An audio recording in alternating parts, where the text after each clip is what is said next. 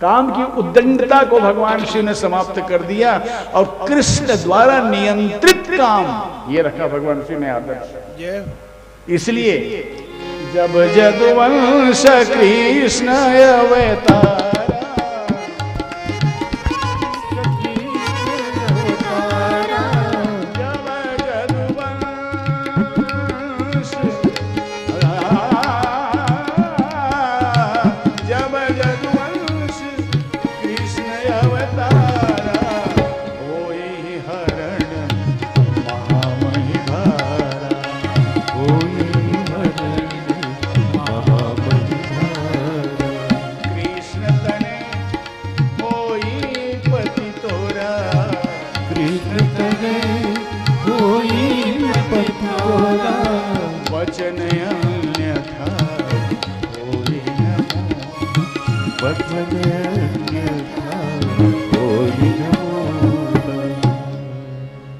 भगवान शिव ने कामदेव को देह दिया भी, जन्म दिया भी, तो किससे जोड़ा? योग के जो ईश्वर हैं भगवान कृष्ण, कृष्ण के पुत्र के रूप में काम को जोड़ा। कृष्ण नियंत्रित काम हो वो पूजनीय है।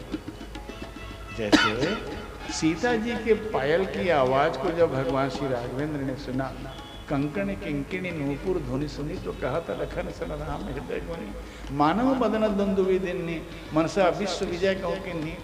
लक्ष्मण, आज मेरे मन में ये राग क्यों पैदा हो रहा है? सीता जी के पायल की आवाज को सुनकर धन्य है। लक्ष्मण ने इतना सुंदर दिया उत्तर दिया, ये शिव जी से जला था ना भगवान, तो इसको इतना अनुभव हो गया है, ओहो मैं जल गया। अगर काश मैं सीता जी के चरणों का, भक्ति के चरणों का आश्रय लिया होता तो मुझ पर आंच तक नहीं आता। इसलिए आज वही कामदेव सीता जी के चरणों से बंध करके आ रहा है, तो भक्ति के चरणों में जो कामना बंधी हुई है वो तो प्रणम्य है हमारा। तो कृष्ण जी के द्वारा जो नियंत्रित काम है वो पूजनीय काम है, वो महनीय है।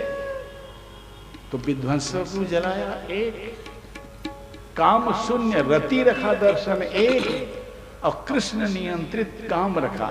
और कितनी सुंदर बात है, रति अगर न होती, प्रेम न होता, दो को नहीं जलाया, आंच नहीं आने दिया। सिद्धांत याद रखिए, रति को और रस को। भारत जी तो प्रयागराज से यही रति मांगते हैं ना, अर्थ न धर्म न काम रुचि, गति न चहो निर्वाण, जन्म जन्म रति राम पद या वरदान। मुझे अर्थ धर्म कुछ भी नहीं चाहिए, बस हर जन्म में मेरे श्री राम के चरणों में रति हो, अनुराग हो।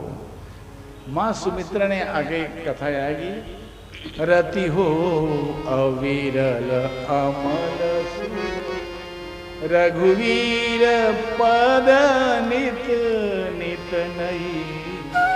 पुत्र मेरा आशीर्वाद है, रति हो अविरल। क्या सुंदर बात है।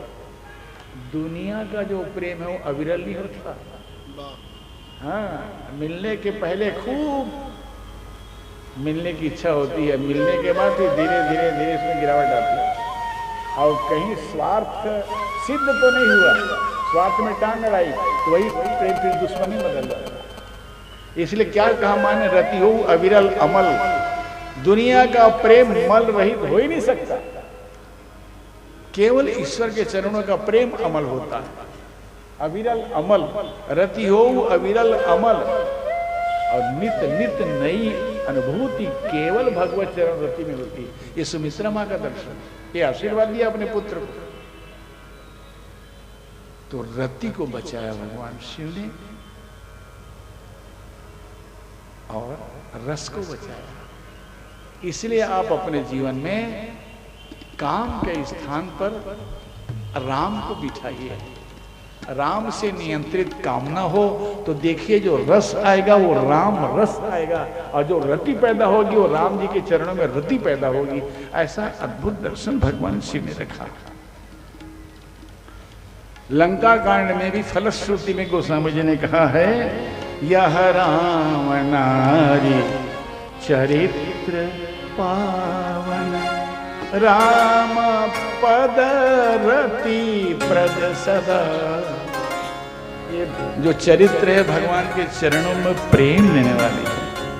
कामादि हर विज्ञान कर, सुर सिद्ध मुनि गावहि सदा। तो इसलिए ये आदर्श रखा भगवान शिव ने। अगर हम भी काम शून्य रति हो और केवल प्रेम हो भगवान के चरणों में, भगवान शिव का जो दर्शन जो रचयिता है उनका, तो फिर जीवन जीने की शैली ही बदल जाएगी, सोच बदल जाएगी, विचार बदल जाएगा। आज रति कहाँ है आपका? केवल शरीर पर, धन पर, प्रतिष्ठा पर। इसलिए इतना विघटन और इतनी आज परिवार टूट के बाजार हो रहा है, मर्यादाएं टूट रही हैं। इसलिए कल अपनी छाया से भी घृणा हो जाएगी आप, उस समय दूर नहीं है। इसलिए ये जो मंच है, ये मंच जगाने का मंच है। दुनिया को भोगना और दुनिया से भागना दोनों गलत है। जिसको भोगोगे वही आपके मनो मस्तिष्क में बैठा रहेगा।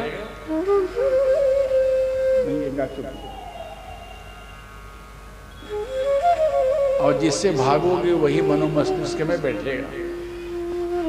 इसलिए भागना अच्छा नहीं है, अब भोगना अच्छा नहीं है, तब जागना अच्छा है। इसलिए जागिए, और जब जाग जाएंगे भगवान के चरणों में रति होगी, प्रेम होगा, केवल भगवान को पाने की कामना होगी, तो फिर तुरंत ही जीवन में विश्राम मिलेगा, शांति मिलेगी। क्योंकि ये जो अद्भुत ग्रंथ है उसका नाम ही रामचरित मानस, यही नाम